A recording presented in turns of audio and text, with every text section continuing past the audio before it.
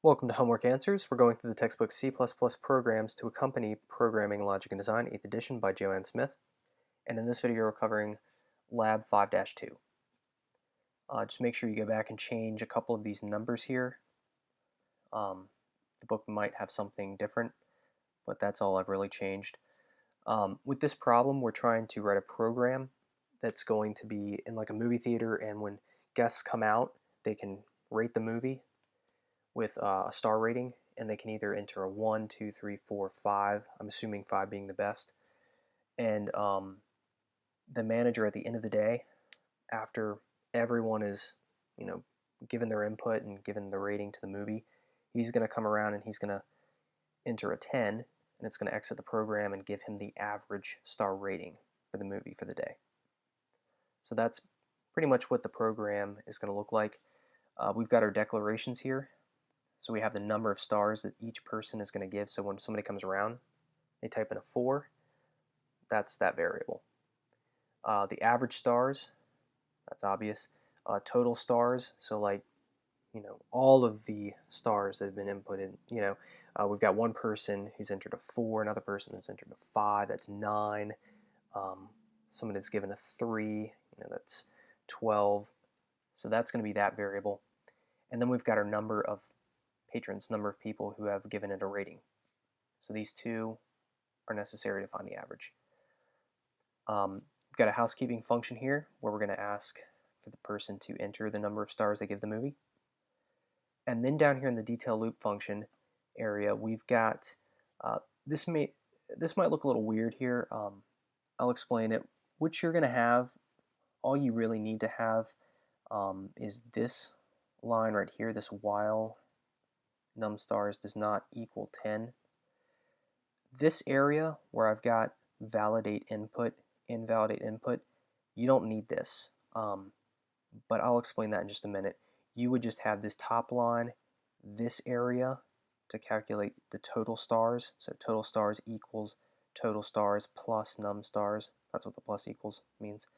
And then adding 1 to the patrons. So we can keep track of them. So patrons plus plus is just whatever stored in here. Maybe it's one person's given a rating, so each time it runs, plus plus means we add 1 to 1, which would be 2, so 2 people have given a rating. Next time around, we add 1 to 2, so it's 3. 3 people have given a rating, and so on.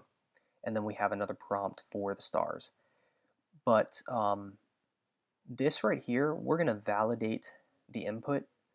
You might be learning this in a different lab later on. But I know in the past I've done videos where I'll have it a little bit differently as far as validating input, and it doesn't really account for if someone is going to type in a character, like a letter, something that would be up here, like a variable that would be declared as like string. It doesn't account for that. The program just goes all whacked out and it doesn't understand it. So that's what these two lines right here, those check for that. So now with these two, if we enter anything, even something that would be a string value, it's not going to accept it, and it's not going to freak out and do that infinite loop crap. It's just going to tell you to do this and give you a spot for it. And this needs to be inside of the first while loop, because checking for it up here, if you enter something that's right and then it asks you again to enter another rating and then you enter a T or something, it doesn't go to that first loop. If this is up top, it doesn't go to that. It'll stay on this one and then it'll freak out. So you have to have this tucked inside of this while loop. I'm not entirely sure what these two lines mean. I don't know how to explain this. Somehow they work. I'm assuming it just says don't freak out, flag something that's not a 1, 2, 3, 4, 5, or 10, and clear it, stay calm, and ask this. So that's all I can say about those two lines.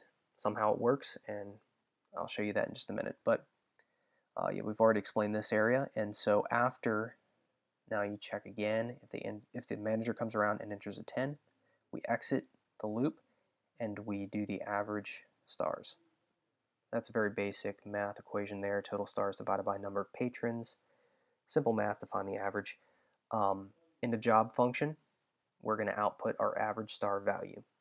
And I've got set precision to 2, just because you might have 4.5 or something. And remember, you can't use that unless you have this second header here. Let's go ahead and run the program, and I'll show you how it works. So, rating for a feature movie. Let's say I do enter a T.